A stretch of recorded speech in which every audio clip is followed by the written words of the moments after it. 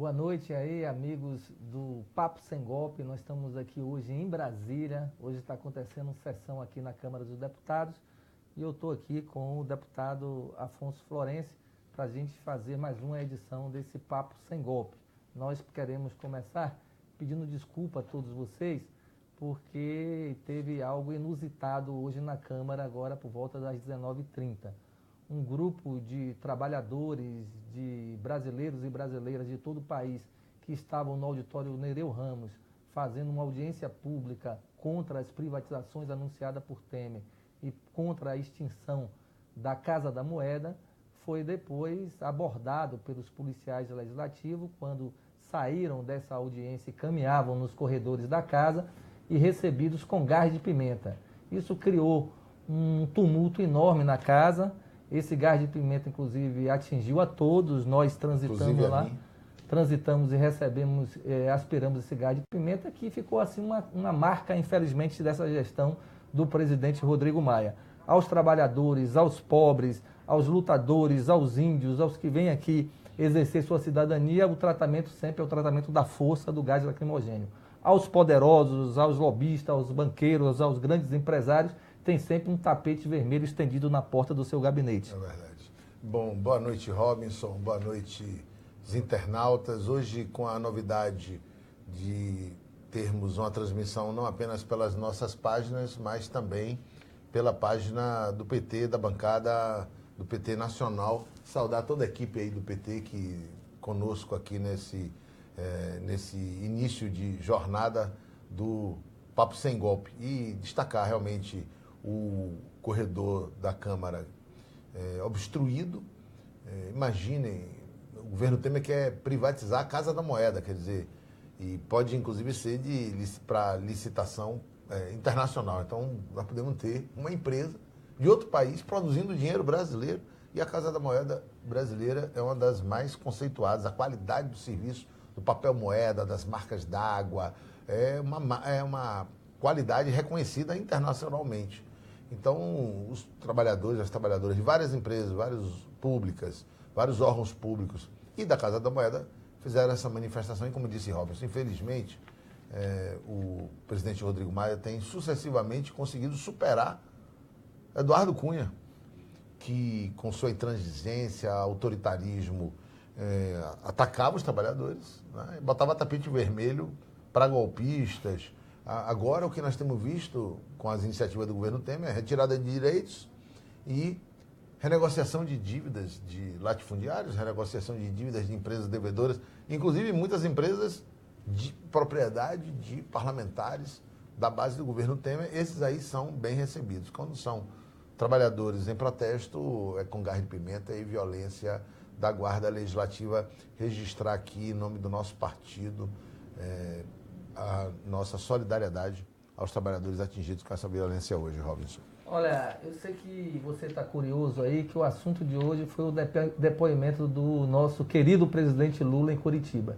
Eu poderia lhe dizer, em linhas gerais, se você assistiu o depoimento no primeiro processo que ele teve tete-a-tete com o juiz Sérgio Moro em Curitiba, a avaliação de quem acompanhou, nós temos um deputado federal, o Adi Domus, do Rio de Janeiro.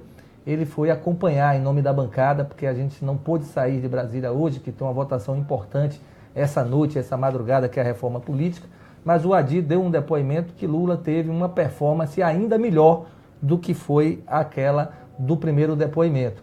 E esse depoimento dele estava cercado em grande expectativa, porque nós já assistimos à parcialidade do juiz Moro no primeiro julgamento.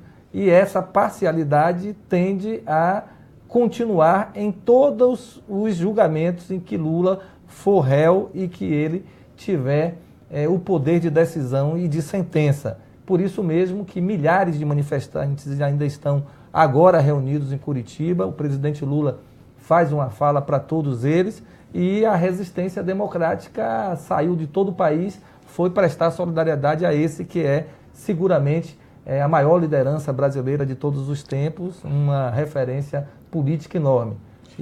Robinson, já chegando mensagens de internautas aqui ao Dani de Castro, vários internautas fazendo contato conosco, saudar vocês todos. vocês todas, e dizer, Robson, que esse dia de alta performance de Lula novamente desmontando essa sustentação do juiz Moro, que serve de acusação, ele devia ser juiz, magistrado imparcial, ele faz um jogo parcial. E nesse dia que Lula desmonta a sentença anterior e faz sua defesa dessa nova acusação de Moro, o Moro liberou, pasmem, os bens do lobista Zvi Skornik, que era um lobista da Lava Jato, que operou propinas da Petrobras, um réu confesso, e que Moro liberou os bens dele. Então, deixa eu mostrar aí para o pessoal ver aqui, ó. Essa lancha aí, ó, foi conseguida muito provavelmente, né, com dinheiro desviado. E esses carrões aqui, ó, o Moro liberou tudo, como se o crime compensasse no país. O cara roubou, foi lá, confessou que tinha roubado, depois fez uma delação premiada, que muitas coisas não foram comprovadas, e ao final teve todos os seus bens, frutos da corrupção, devolvidos, e a sua liberdade também. Então é uma prova da maneira, do modo da justiça de Moro. Contra Lula, perseguição.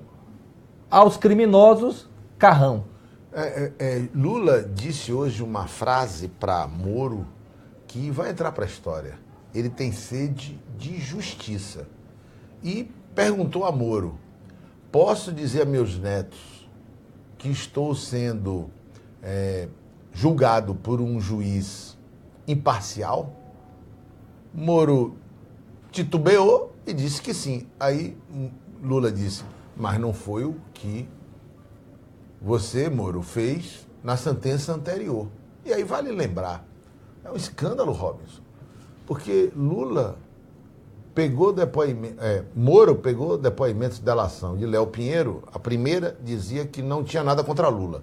Aí Léo Pinheiro, da OAS, foi condenado. Depois Léo Pinheiro resolveu delatar Lula sem prova nenhuma, e aí valeu a delação de Léo Pinheiro.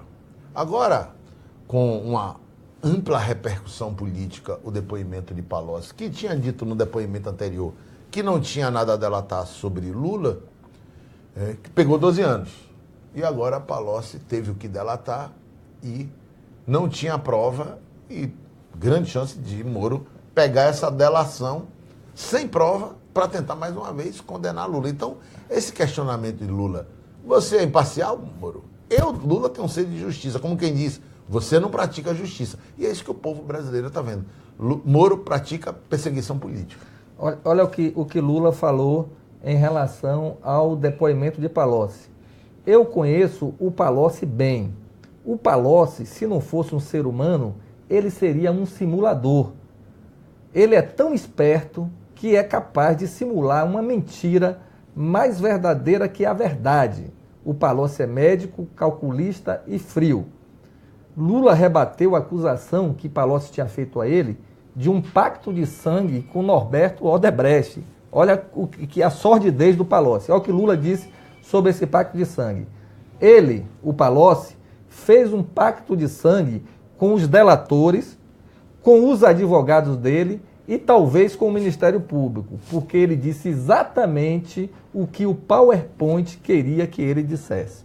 Então, Lula colocou Palocci no seu devido lugar, de um simulador que fez um depoimento, como você diz, da mesma maneira do Léo Pinheiro, tinha uma versão antes que não incriminava o Lula e entendeu que o modus operandi de Moro é esse. Eu delato o Lula, eu vou ter a minha liberdade e, eventualmente, até meus bens que foram bloqueados devolvidos, bens conseguidos sobre o processo de corrupção, confesso por ele mesmo. E aí, Robinson, essa pergunta de Lula tem um componente ético, tem um componente político, mas tem também, a despeito de Lula não ser jurista, advogado, um componente jurídico. Porque se Moro condena Lula com delações que não têm provas e diz que basta indícios para valer uma condenação, ele passa a se basear, como ele sustentou na sentença, condenatória no primeiro processo, passa a valer então uma regra que, se ele aplicar para a tentativa de delação do Tacla Duran, um advogado a serviço da Odebrecht, que atesta que foi procurado pelo advogado Zucoloto, padrinho de casamento de Moro. Dizem que o melhor amigo de Moro, de toda a família, sócio da esposa de Moro no escritório de advocacia, para, em troca de recursos, atenuar penas, interferir na Lava Jato. E o Tacla Duran sustenta que tem depósitos, comprovação de depósitos, para a conta de Rosângela Moro, a esposa de Moro. Então, para Lula, delação sem prova vale. E para Rosângela Moro e para o próprio Moro, como é que fica? Tendo prova, então com prova não vale. Sem prova vale? Moro ficaria, no mínimo, impedido de julgar. Mais ainda, passível de ser submetido à investigação e, eventualmente, à condenação. Então, o que está acontecendo na prática no Brasil? Há uma tendência de aproximação da aprovação de Moro na opinião pública à rejeição de Lula. Quem é que está apoiando Moro? Quem quer que Lula seja condenado sem prova. É esse o apoio que Moro hoje tem na população. Então, a pergunta de Lula, Robinson, a vocês aqui, internautas, muitas mensagens, mas já já a gente cita. Qual é a pergunta de Lula para Moro? Você é imparcial? Eu, Lula, tenho sede de justiça. Qual é a conclusão a que a gente chega? Moro não é imparcial. E ele tem sede de impedir Lula de ser candidato em 2018. Sede de perseguição. Olha, Luciano Muniz aí me representa, é a mensagem dele. Valdir dos Santos Silva, meus deputados, joguem duro. Edivaldo Sena, de Feira de Santana, não aceita o golpe. Júlia, um abraço, Júlia. Lula, tenha fé em Deus, está no controle. Te amamos sempre, estamos com você, meu presidente. Tem muita mensagem de carinho na rede pro Lula. A Kessia Rios, aí a Kessia de Baixa Grande, deputados que admiro e respeito. Então a turma está acompanhando aí, um abraço aí. Lucimário, Sheila, Luciana, Patrícia, várias internautas fazendo contatos conosco. Mas, Robinson, esse depoimento de Lula hoje entra também ele para a história. Podemos resumir a pergunta de Lula para Moro, com outras palavras, você tem prova?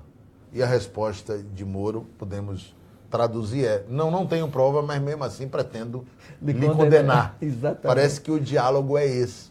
E Lula dispensando uma escolta mais robusta, porque estava lá o povo. Exatamente. Acompanhando ele. Enquanto o golpista daqui, o presidente Temer, não consegue andar nas ruas. Em carro aberto? Não, de jeito nenhum. Quando o daqui da Câmara tem que usar gás de pimenta contra o povo, Lula anda nos braços do povo no Brasil. Repara o que Lula disse, se uma pessoa dessa não é uma pessoa destemida. Eu tenho comigo a verdade e eu jamais mentiria para vocês. Se eu tiver que contar uma mentira para enganar alguém, jamais eu enganaria o povo. Eu prefiro a morte a passar de mentiroso para o povo brasileiro. Essa é muito forte, muito forte. Então, quem fala isso é que nada teme em relação às investigações e que está acompanhado da verdade. E ele falou umas coisas, né? Eu não vou cansar, porque quem não morreu de fome não tem mais medo de nada. Procuraram a pessoa certa para lutar, porque eu vou lutar. Quando eu era pequeno, eu ouvia: um elefante incomoda muita gente, 2 incomodam muito mais. Agora ele fala: Lula incomoda muita gente, milhões de Lula incomodam muito mais. Mandou um recado aí para todos os seus apoiadores e seguidores, né? Muito bacana. E nós fechamos essa pauta registrando mais um dia para a história do Brasil em que a perseguição política dos golpistas, cada vez mais nítido que há por trás intenção política, porque não há sustentação jurídica nessas condenações, na primeira condenação e hoje já provável segunda condenação, infelizmente. As pessoas perguntam: Lula vai ser condenado? Vai sem prova, porque é tendencioso, é o que Lula diz, não há imparcialidade. Portanto, caracterizou definitivamente a atuação do juiz Moro como uma atuação de natureza política e ideológica. E aí, aquela tese de que é golpe e que algumas figuras do judiciário, não é o judiciário todo, mas algumas figuras do judiciário, algumas figuras do Ministério Público sustentam o golpe. E aí a tese, Robinson, do ex-ministro Celso Amorim, de que há uma articulação maior por trás dessas ações... Internacional, né? Internacional, de interesses geopolíticos, para impedir que Lula volte, porque nós não podemos deixar de registrar a diplomacia brasileira no período do presidente Lula e da presidenta Dilma. Ela foi muito altaneira, muito independente, não alinhada com os Estados Unidos, com os BRICS, com a China, com a Índia, com a Rússia, com a África do Sul, com o Banco. A China e a Índia estão saindo do Tratado de Bretton Woods lá depois da Segunda Guerra Mundial e abrindo o lastro ouro, saindo o lastro dólar. E o petróleo, o pré-sal, eles já entregaram o pré-sal para outra multinacional. A FHC derrubou. Getúlio se suicidou para sair de um golpe, porque tinha criado a Petrobras e estatizado a exploração do petróleo. FHC acabou o monopólio estatal do petróleo, tentou privatizar a Petrobras, criando a Petrobrax, não conseguiu por causa da resistência do movimento popular ao neoliberalismo, mas fez leilão e entregou a Bacia de Campos. Lula retomou a Bacia de Campos, encontrou o pré-sal, criou o regime de partilha, destinaria 75% do Fundo Social para a saúde e para a educação. E, no final do ano passado, poucos meses depois do impeachment, do golpe, um projeto de Zé Serra acabou com a operadora única, a preferência, e esse ano eles fizeram um leilão e entregaram a uma outra multinacional americana. E nesse momento que nós estamos aqui tratando desse depoimento, desse processo, lembrar, eles agora têm um programa de privatização do sistema Eletrobras, tem um programa...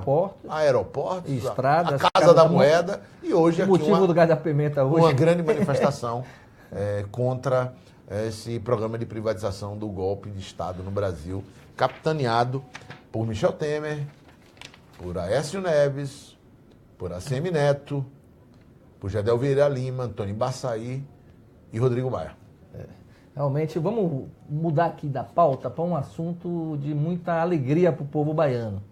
Eu estive presente junto com o deputado Afonso, com o governador Rui Costa. Na última segunda-feira, nós alcançamos 29 quilômetros de metrô em Salvador. Esse é um dado relevante, porque em 3 anos, no final do governo Wagner e agora 2 anos e 7 meses do governador Rui Costa, Salvador saiu da vergonha nacional de ter o metrô mais caro e mais ineficiente do mundo, que nunca tinha rodado, para o outro extremo. Salvador tem a obra mais veloz e rápida no Brasil em execução, que é o seu metrô de Salvador e Lauro de Freitas, e tem uma capacidade de resolver o grande trauma da mobilidade urbana. Então foram 4 estações entregues, de Pituaçu até Mussurunga, já fechou toda a paralela praticamente. Hoje você sai do centro da cidade, da Estação da Lapa, quem conhece a capital está nos acompanhando, até a estação de Mussurunga, e até o final do ano vai chegar ao aeroporto de Salvador, que fica ali no limite entre Lauro de Freitas e a capital. E Salvador vai ser a primeira cidade no Brasil que uma pessoa pode chegar de avião e entrar diretamente no metrô. Em nenhum outro lugar o metrô chega no aeroporto. Então eu queria parabenizar aqui o governador Rui Costa, toda a sua equipe, o secretário da Casa Civil por ter liderado todo esse processo, o Bruno, secretário de Desenvolvimento Urbano, a área específica, o Fernando Torres, Copelo da companhia CTB. De trens da Bahia, toda a mobilização que fez essa obra, um orgulho no Brasil todo de um estado que está desenvolvendo, que está crescendo, inclusive os índices econômicos positivos nesse período. Robinson, eu queria registrar Libanilson de Oliveira, Roque Nogueira, Airan Santiago, Aldani, João Batista e muitos outros e outras. Depois eu registro Wilson Menezes, Kessia, Sheila. Bom, desculpem, não vou poder citar todos, mas eu gostaria de dizer. Flambanhão, Tamburugi, que é outra estação, Bairro da Paz e Mussurunga. E num momento muito especial, porque em Salvador, e aí dizer para os internautas que não estão acompanhando essa disputa mais diretamente, e mais uma vez saudando internautas de todo o Brasil pela linha da TV PT aqui da Câmara dos Deputados, da bancada federal, está em curso uma campanha de mídia da Prefeitura de Salvador que tenta mais uma vez confundir a opinião manipular, pública, né? Manipulando a opinião pública. Porque o prefeito de Salvador tentou inaugurar, primeiro criou obstáculo para licenciamento de intervenções, passarela, viaduto e tal. Depois, tentou inaugurar um viaduto, uma obra realizada pelo governo do estado. Depois, tentou impedir a integração dos ônibus municipais com o metrô.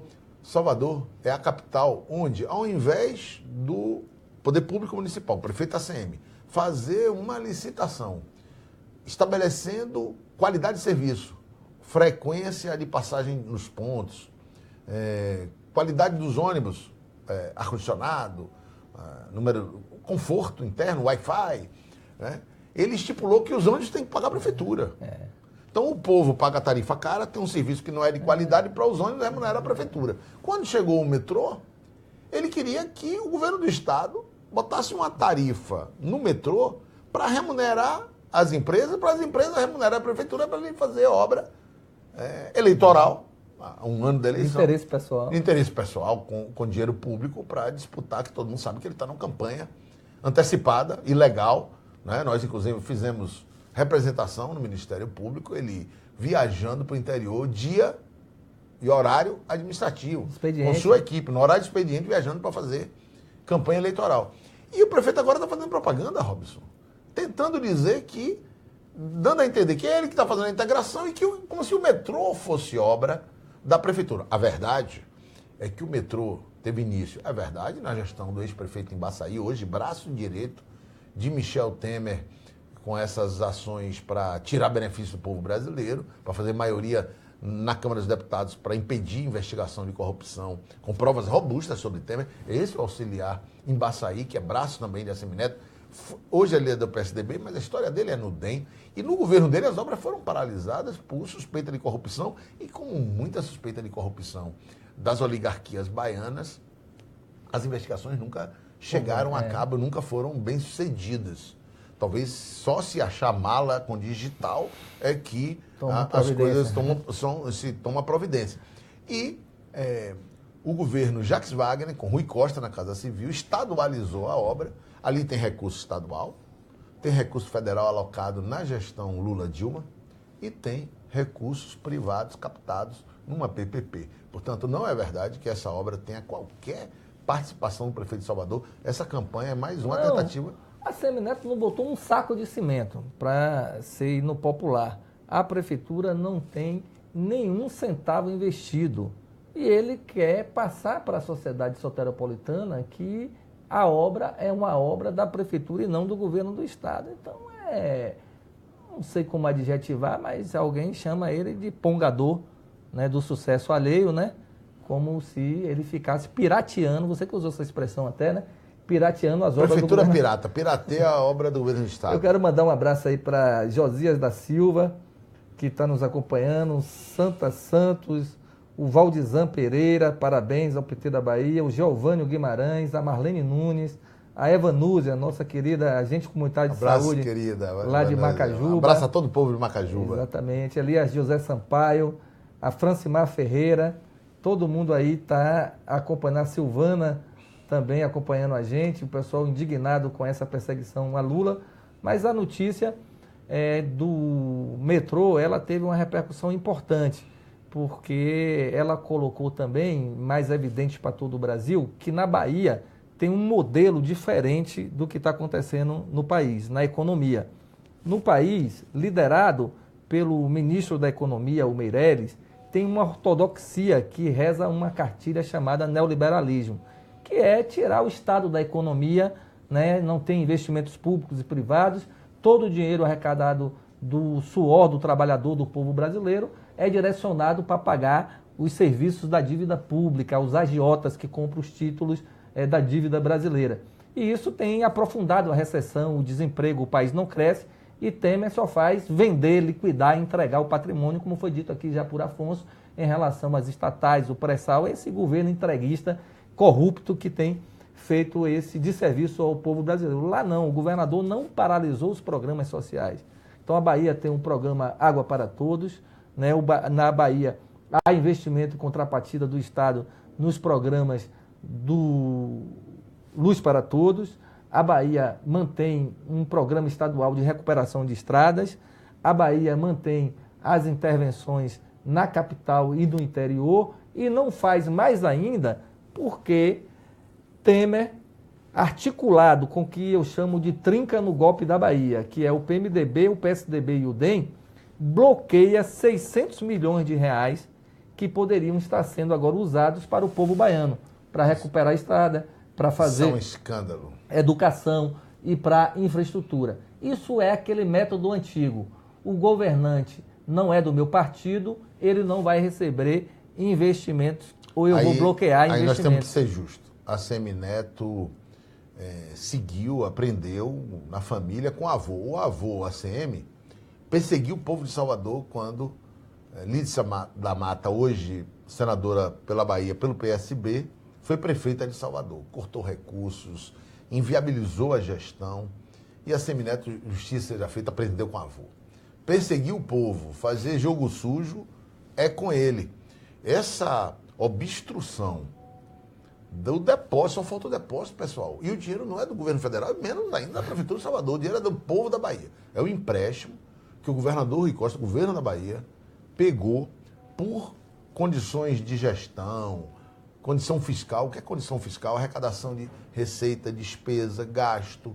Apertou o cinto ali, com a compreensão de toda a sociedade baiana, colaborando com esse aperto de cinto por causa da crise, para captar recursos emprestados internacional, para intervir na saúde, na educação e no recapeamento de estradas estaduais pelo interior da Bahia, para escoar produção, mas também para passageiro, transporte hospitalar, ambulâncias.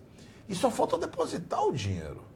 E não foi ninguém, o senador Otto tornou público na Bahia. O presidente da República, Michel Temer, justificou não fazer o depósito porque precisava do apoio do grupo de Assemineto para impedir as investigações contra ele. Os deputados aqui na Os Câmara. deputados ligados a Assemineto. Então, a Assemineto, inclusive, tentou recentemente, deu uma declaração dizendo: eu não estou impedindo o depósito. O problema é que ninguém confia mais na palavra dele. Ele, Assemineto, no primeiro mandato, não botou no orçamento, e o povo da Bahia nunca vai esquecer, e nós sempre nos solidarizamos com as famílias atingidas por aquelas chuvas onde houve muitos deslizamentos de terra. Precisou o governador Rui Costa fazer intervenção de mais de 100 milhões, aproximadamente 120 milhões de contenção de encostas, para então a prefeitura começar a botar na dotação orçamentária dela intervenção de encosta e limpeza de canal. Então, esse momento de defensiva política, de fracasso administrativo do prefeito ACM, nos provoca muito a reflexão, porque ele está, como talvez Neto, né, querendo correr mais do que a perna permite. Ele não consegue governar bem Salvador e já quer fazer campanha. Isso aí é até bom, porque a gente tem que registrar um fato aqui que vai acontecer. Se ele largar a Prefeitura de Salvador para ir para a aventura eleitoral previamente fracassada, porque o povo da Bahia tem uma aprovação maciça da gestão do governador Rui Costa e a tendência é reelegê-lo, ele vai deixar a prefeitura nada mais, nada menos com o comando, sabe de quem? Do PMDB de Gedel Vieira Lima, o homem dos 51 milhões de reais em caixas e malas. Porque Neto é aliado de Gedel, o PMDB e o DEM da Bahia comandam várias prefeituras, como a de Salvador, a de Feira de Santana, Camaçari, e na gestão de Salvador ocupa secretarias, cargos importantes, inclusive a Codesal, que é um cargo estratégico nessa área de defesa civil, era dirigida por outro PMDBista preso, o Gustavo Ferraz, assessor direto do ACM Neto. Então eu digo que ele está numa sinuca de bico, porque se ele for para a aventura eleitoral, ele vai deixar o destino de Salvador, pelo menos em 2 anos e 9 meses, nas mãos do PMDB de Gedel. Esse seria o presente que ele daria ao povo de Salvador. E vamos combinar, né? Pegaram mala com o ex-deputado Rocha Loures, agora com Gedel, e se justifica extensão de investigação, o Gustavo Ferraz, auxiliar direto de Assemineto, tem digital lá.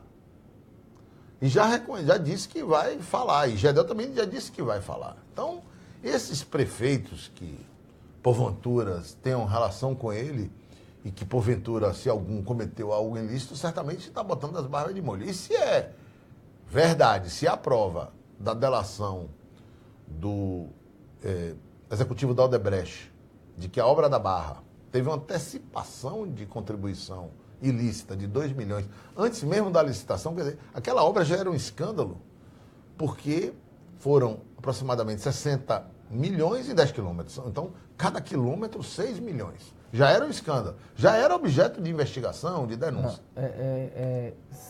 60 milhões por 6 quilômetros. Por 6 quilômetros. São 10 milhões por quilômetro. É maior ainda. Eu falei errado aí. É que é tanto milhão, tão pouco quilômetro. E tanto milhão que eu me confundi. E agora tem a digital de um auxiliar de Assemineto nos milhões ali. Eu quero registrar aqui, desculpem se não puder citar todos, a Irã, Aldani, João Batista de Pirá, Romildo, Wallace, Paulo Joaquim, muitas pessoas. João Batista de Pirá. Eu quero agradecer o povo de Pirá, agradecer o ex-prefeito Diomário, o ex-prefeito Ademildo, um abraço carinhoso à família de Ademildo, os vereadores, Deteval, as lideranças. Dizer a vocês que nós estamos fazendo, a obra do hospital está demorando, mas o governo do Estado, a parceria com a prefeitura, fazendo a obra do hospital. Não tinha essa obra. Temos que concluir a obra, é verdade. E não é só hospital, não, né? As policlínicas. O SAMU é municipal. O prefeito é um prefeito de oposição, mas eu quero me colocar à disposição do povo de Pirá, do prefeito de Pirá. O que for para o bem do povo de Pirá, eu estaria à disposição. Esse é o meu comportamento, independente de quem governa o município. Independente também da minha votação. Minha responsabilidade com o Ipirá é maior ainda. Fui muito votado, portanto, se eu puder colaborar, quero aqui publicamente deixar um canal direto à disposição de qualquer liderança, do povo de Ipirá e do seu prefeito, para que eu cumpra a minha obrigação de tentar resolver os problemas na saúde pública e em outras áreas da administração. O Giovanni Guimarães aí está dizendo que é um escândalo, esse Assemineto é uma vergonha para a Bahia. Está mandando pedindo um alô aí para Miguel Calmon. Miguel Calmon, um abraço aí a todos os moradores, todos que nos acompanham. Um abraço especial para Paulo Joaquim está dizendo que... um abraço para Caca. Paulo Joaquim está dizendo aqui que se bater em Lula, ele cresce mais. Quanto mais bate, mais Lula cresce. Então é fermento de bolo. Tem o Erlon Miguel que diz o seguinte: vamos comemorar a liberdade de Rafael Braga, o morador de rua do Rio de Janeiro que foi condenado a 11 anos de cadeia por tráfico de drogas por ser apreendido nas manifestações de 2013. STJ coloca Rafael Braga em prisão domiciliar. Ele não deveria ter prisão nenhuma. O país existe liberdade de expressão, liberdade política de manifestação, é uma prisão política, uma perseguição similar ao que faz aqui na Câmara. Ou seja, contra os pobres, contra os negros, contra os trabalhadores, é a cadeia. Contra os ricos é o refis de Temer e os milhões de Gedel. É o que a gente aparece. Hoje Moro liberando patrimônio do réu confesso. Do réu confesso. Saudar a Nina Saraiva, Jane, Wilson, e dizer a vocês que essa situação do prefeito Assemineto, segundo ele, vai se resolver quando o PMDB resolver o que vai fazer com o Gedel. Já tem noticiário, não sei 60 dias de suspensão tomou hoje. O PMDB da Bahia suspendeu o Gedel. Não, o Nacional, que ele era secretário-geral do PMDB Nacional. PMDB Nacional. Mas Assemineto tinha dito que esperaria a decisão do PMDB. Então, a Assemineto está esperando para ver o que acontece com a possível... Sai hoje a notícia que Gedel se dispõe a fazer delação premiada em proteção da família. E Gustavo Ferraz já começou a falar. Então, para poder abrir, para passarmos para próximo ponto, eleição de 2018, agora é hora de gestão, é metrô, é investimento. E no caso de ACM Neto, é esperar para ver o que acontece com a evolução dos seus aliados. De um lado, o PMDB, infelizmente, porque é um partido histórico, derretendo na Bahia, e com afastamento agora nacional de Gedel. E, do outro lado, o PSDB com Embaçaí ali na antessala do golpe, da retirada de benefícios e direitos. E quando é que a ACM Neto entra? Na hora de obstruir o empréstimo e de piratear as obras do governo do Estado. Esse prefeito só faz gol contra na Bahia, né? Vamos passar agora para um assunto que hoje talvez seja uma decisão importante para o país, que é a reforma política. Esse assunto, ele está muito em voga porque nós vivemos uma crise muito grande da representação política, do sistema político, essa onda aí toda que nós assistimos nos últimos anos de denúncias de corrupção, vindo especialmente de uma forma de financiar a democracia com dinheiro das empresas, né, que levou aí a esse escândalo da JBS, da Odebrecht, da OAS. E você tem que reformar o sistema político, porque numa democracia, né, você tem que estar sempre aperfeiçoando a forma das pessoas serem representadas, a forma como você financia essa representação, como ela funciona no dia a dia. E essa casa aqui, a expectativa é de que ela consiga produzir uma legislação melhor para o Brasil. Qual é a sua expectativa, Afonso, em relação a essa reforma? O que é que o Congresso é capaz ainda de mover nesses 45 do segundo tempo que nós estamos vivendo? Nós, Robinson, inclusive eu quero parabenizar o seu esforço de deputado recém-chegado à casa, né? É o primeiro ano, ainda não completou um ano de legislatura, e Robinson hoje é um destacado deputado aqui no plenário, nas comissões, tem um papel importante na comissão modernização do sistema prisional. E Robinson tem ajudado muito na tentativa de construção de uma solução para a reforma política que evite o retorno do financiamento empresarial, porque é isso que a base de Temer quer, e também que evite o chamado distritão, que é o que também a base de Temer quer. Por que eles querem? O que é o distritão? O distritão é: os deputados serão eleitos com a votação apenas neles, sem nenhuma vinculação com partido ou com programa político. Por que isso? Todo mundo viu aí o noticiário. Os deputados da base de Temer receberam liberação de recursos para prefeitos que lhes apoiam, em troca do voto deles para evitar que Temer fosse investigado, fosse afastado, que seria a consequência natural depois de haver gravação, porque a investigação sobre Temer pedida pelo Supremo ao Congresso Nacional, votada na Câmara dos Deputados, era uma formalidade. Temer já tinha sido gravado em investigação da Procuradoria-Geral da República, a Polícia Federal. E Temer dizia ali: tem que continuar, viu? Tem que continuar a dar dinheiro ao Eduardo Cunha para ficar calado, para não fazer delação premiada. Era isso que ele estava dizendo. Então ali tinha uma obstrução da justiça, corrupção passiva, vários crimes cometidos.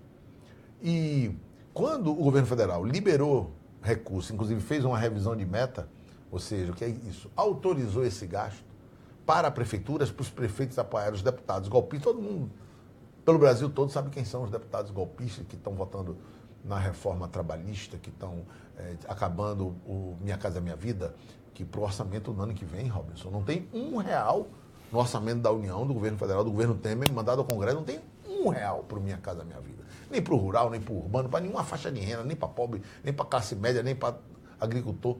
Não tem R$1. Acabou Minha Casa Minha Vida. Estão acabando o Bolsa Família, estão acabando mais médicos. E esses deputados querem que a votação seja só no deputado, porque a esperança deles é que os prefeitos que receberem recursos dessa forma ardilosa, em troca de voto para o deputado, fazer a obra para eleger o deputado, que eles saiam na frente da lista. E nós achamos que o deputado, claro, tem que levar um trator, uma ponte, tapar buraco. Mas o deputado tem que... Você eleitor, senhora internauta, você pai de família, você jovem, tem que saber se o deputado quer fechar as universidades e acabar as cotas, porque o DEM da ACM Neto quer acabar as cotas. Não pode estudante de escola pública, filho pobre, negro estudar em universidade. Rui Costa criou um programa, enquanto o Temer está fechando os programas sociais, acabou o Ciências Sem Fronteiras. O DEM foi no Farmácia Supremo. Popular. Farmácia Popular. O DEM foi no Supremo para impedir as cotas. Rui Costa criou um programa que paga.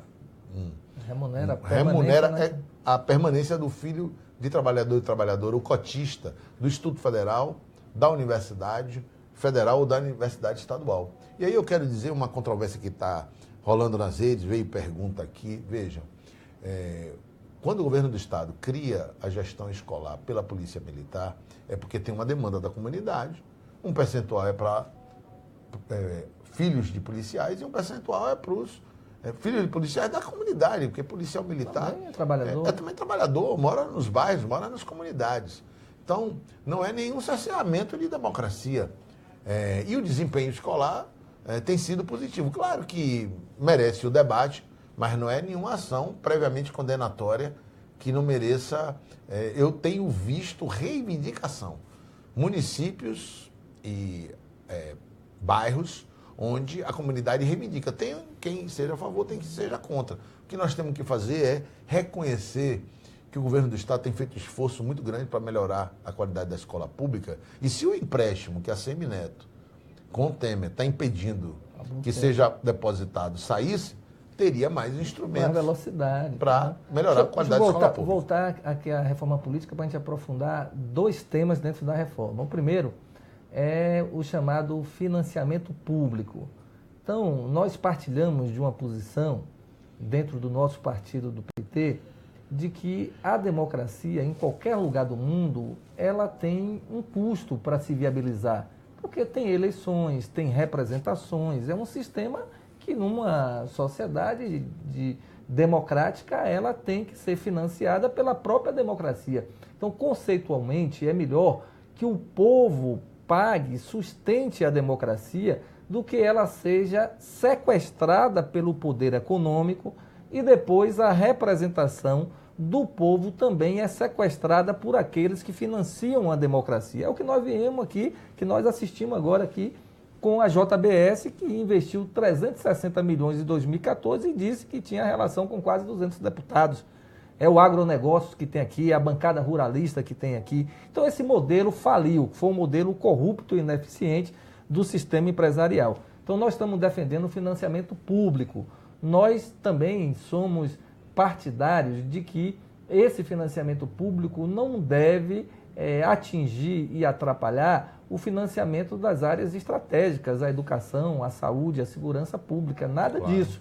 Agora ele tem que entrar no orçamento geral do país para que a democracia tenha um fundo próprio de financiamento e que não seja também um valor que não seja compatível com a realidade do povo brasileiro. Por isso que nós colocamos uma emenda para pôr fim àquela proposta anterior de 3,6 bilhões. Sim. Então vamos discutir de forma bastante tranquila para depois a gente fingir de que não há um custo da democracia, os empresários pagam e fica mais caro para o povo, porque na forma de superfaturamento de obras, na forma de compra aqui da legislação. O que nós estamos vendo agora, quer dizer, o Congresso... Os 51 milhões de reais vieram de onde? O Congresso aprova, Robinson, renegociação de dívidas de grandes empresas, inclusive que tem parlamentares proprietários, mas não bota orçamento para habitação. Então, realmente, eu gostaria, Robinson, de saudar aqui Xavier de Jaguarari, Nina, Jane Estela está convocando aqui dia 15 em Itaberaba o grito dos excluídos. Só um pequeno comentário. Amanhã à noite eu estarei em Itaberaba aí, Jane, todos que estão nos acompanhando, em uma assembleia aí com o pessoal do movimento da Seta, para a gente discutir essa conjuntura do Brasil, em especial a conjuntura da agricultura e da agricultura familiar. Amanhã à noite, nessa véspera aí do Grito dos Excluídos, eu vou participar em Itaberaba desse debate. Carlos Elísio e Guarabi. Mas voltando à reforma política, é o tema do financiamento. Vejam só como é que é a situação. A TV Globo e outros setores da mídia defendendo o financiamento empresarial. Agora imaginem, as grandes corporações, a JBS financiando com muitos milhões candidatos que, vindo aqui legislar, eles estarão, de alguma forma, pressionados pelos financiadores de campanha. Uma coisa é um financiamento empresarial de pequeno porte, de 5, de 10 mil. Outra coisa é como acontece. Uma JBS, às vezes, bota 1 milhão, 2 milhões na candidatura de um deputado. Sem limites. Sem limite. E o outro item que nós defendemos é que haja um limite de gasto por campanha e um limite de autofinanciamento. Se vocês terem uma ideia, o atual prefeito de São Paulo, Dória, gastou 6 milhões próprios na prefeitura, na candidatura a prefeito de São Paulo. E talvez o salário desses 4 anos não chegue perto dos 6 milhões. E o governo dele é um governo impopular. No governo de Fernando Haddad, tinha um trabalho, por exemplo, com dependentes químicos na cidade, a chamada Cracolândia, de atendimento psíquico, de internação voluntária.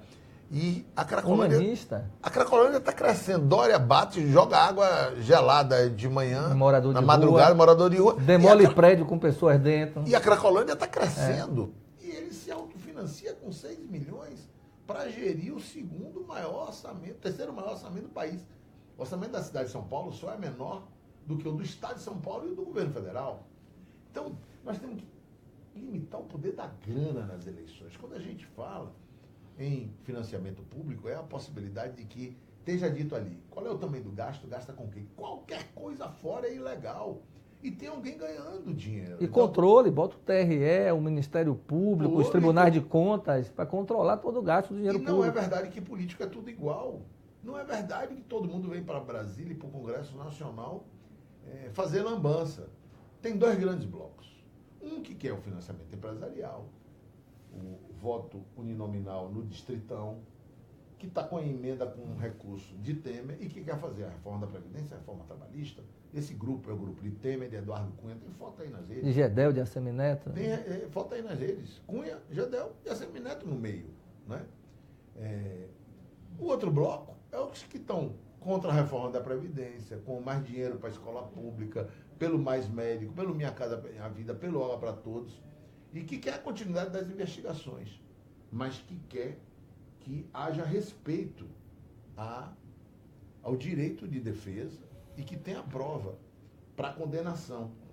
Deixa eu chamar aqui o Ronald Lima, fora PSDB, Partido Lesa Pátria e qualquer outro que essa turma venha criar para se esconder quando o PSDB rachar.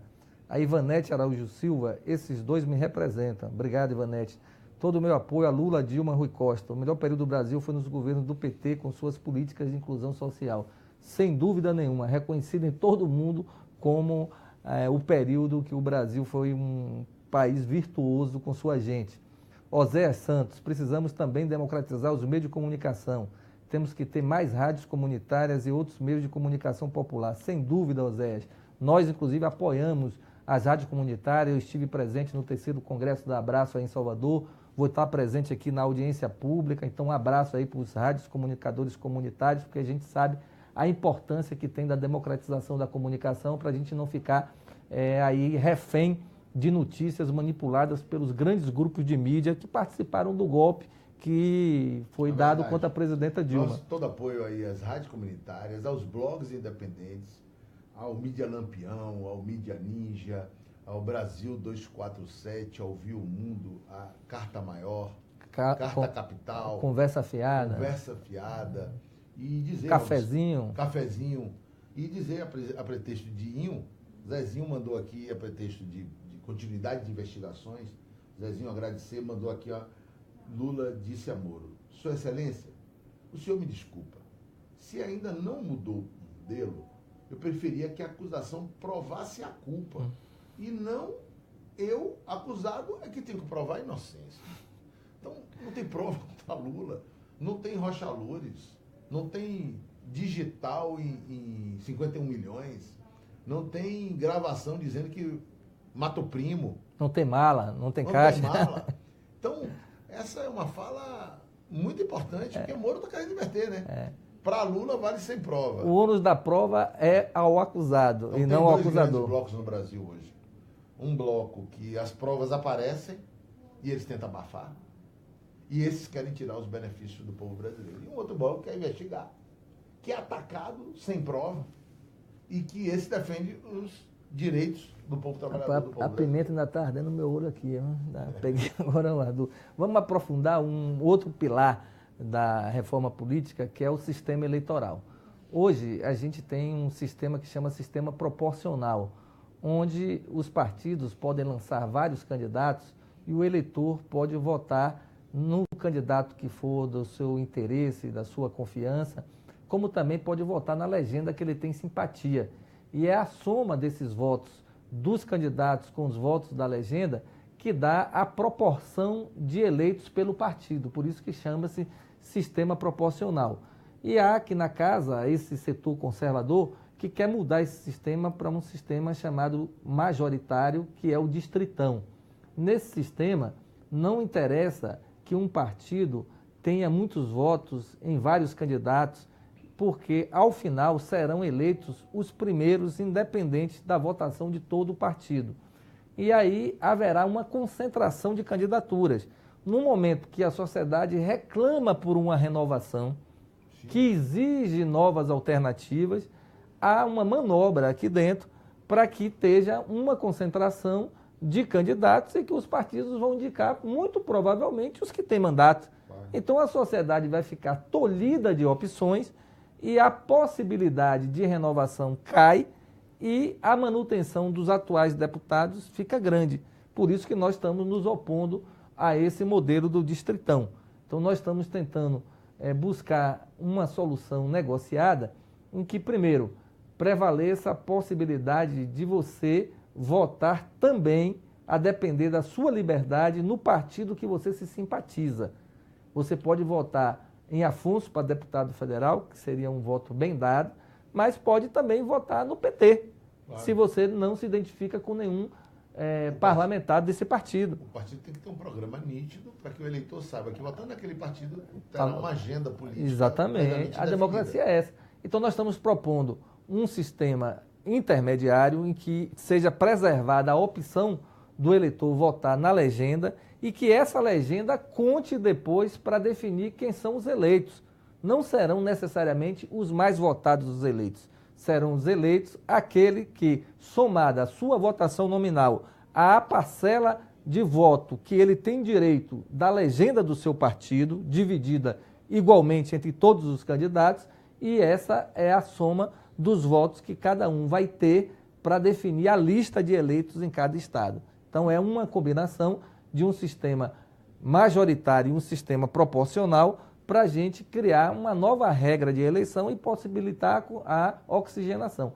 E, além disso, uma exigência para evitar a concentração. Todo partido teria que, obrigatoriamente, ter 1/3 do número de vagas em disputa no seu número de candidatos apresentados.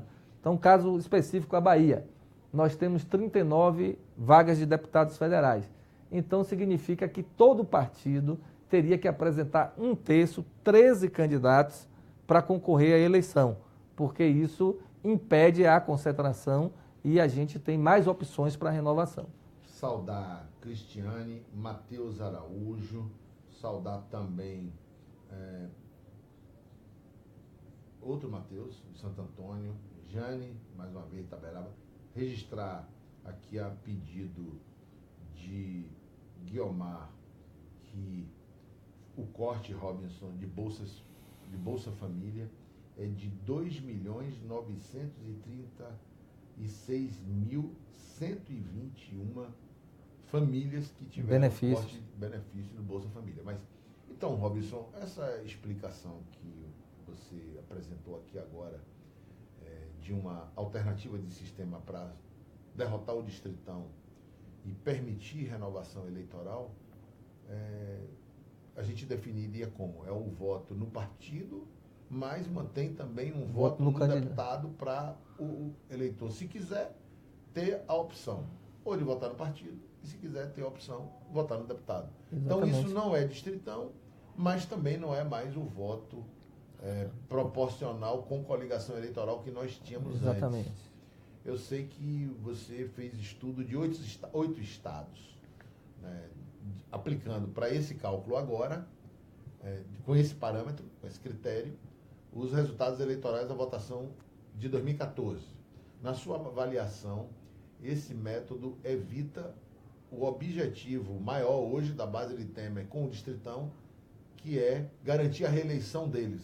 Exatamente. Na sua opinião, esse sistema permite alguma renovação? É isso, a renovação é a decisão do eleitor. Sim. Agora, se o sistema político não oferece alternativas, tem um número reduzido de candidatos, mesmo que ele queira renovar, ele não tem opção. Então ele pode votar nulo, votar branco, mas não vai impedir que aqueles candidatos sejam eleitos. Quando você força que tem que ter 1/3 dos candidatos no número de vagas, quando você diz que pode votar no partido e pode votar no candidato, e o voto no partido vai somar ao voto dos candidatos daquele partido, você abre a possibilidade de fazer a renovação. Essa que é a lógica desse sistema, que é para evitar esse distritão, porque nós não podemos aceitar que o povo brasileiro tenha tolhida a sua liberdade, o seu direito de escolher o seu representante de forma ampla e seja engessado com poucas alternativas, como os querem colocar agora. Eu fiquei muito convicto desse cálculo, dessa fórmula política, e nós, então, chamaríamos esse sistema de voto partidário e uninominal. Exatamente.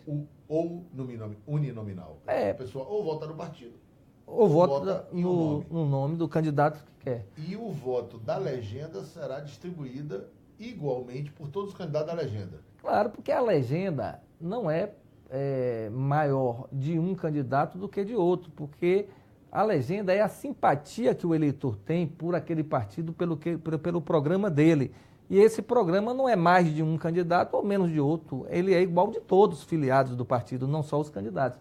Por isso que é mais justo que ele seja dividido de forma igualitária entre todos os candidatos. Nós vamos enfrentar esse debate agora, nós vamos voltar lá para o plenário, nós estamos aqui na Câmara fazendo essa transmissão ao vivo, acompanhando o que está acontecendo lá, as informações aqui pelas nossas assessorias nas redes sociais, e vamos nos despedir de vocês, mas esse papo sem golpe agora de Brasília, nessa quarta-feira à noite, desejando uma boa sorte ao nosso presidente Lula, né, pela tudo que ele está sofrendo nesse país, pela perseguição. Força, Lula, coragem, você é a esperança do povo brasileiro, né? Todos nós acreditamos na sua inocência, queremos você candidato em 2018, porque você vai liderar um grande movimento de retomada do Brasil para o povo brasileiro e derrotar esses golpistas, lesa-pátrias, vendilhões que estão destruindo a nossa nação. Um abraço a todos que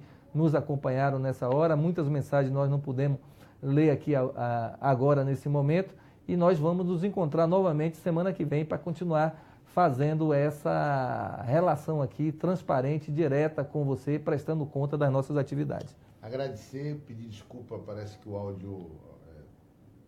Fernanda, Patrícia, 3, 4 pessoas disseram que o meu áudio não estava muito bom.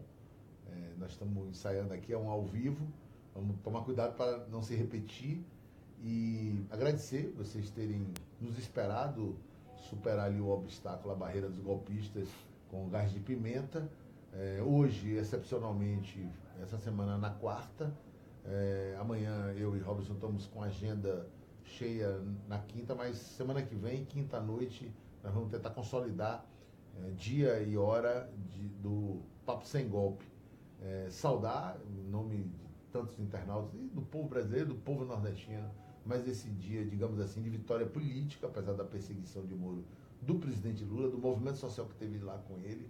E vamos agora para o plenário, e a síntese, Robson, da nossa atuação na reforma política é, primeiro, barrar a ação dos golpistas para retornar em financiamento empresarial, e o Distritão, buscar uma alternativa que garanta transparência, pouco gasto, e que eleitor tenha o direito de fiscalizar, e eventualmente nós somos a favor da revogação de mandato de quem não seja coerente com o que se comprometeu na eleição. Boa noite aí a todas e todos e bom final de dia. Um abração aí, gente.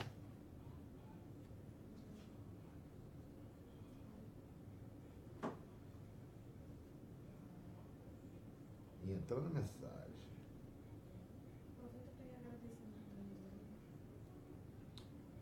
Agradecer a Paulinha. A Soraya. Zeca. Soraya Maria de Varginha, Minas Gerais. Um abraço aí. Elias Licinho, PJ, vocês nos representam. Santo Antônio de Jesus. Milton Nunes, parabéns ao Afonso Robson pelo debate. Grande problema é que a bancada dos coxinhas só pensam em qual a melhor forma para se dar bem no golpe. Cristiane, agradecer, um abraço aí a toda a turma, militância, população de Jaguarari. Paulo Lima, Carlos Cotrim, agradecer a todos. Um abraço carinhoso aí. Boa noite. Boa noite.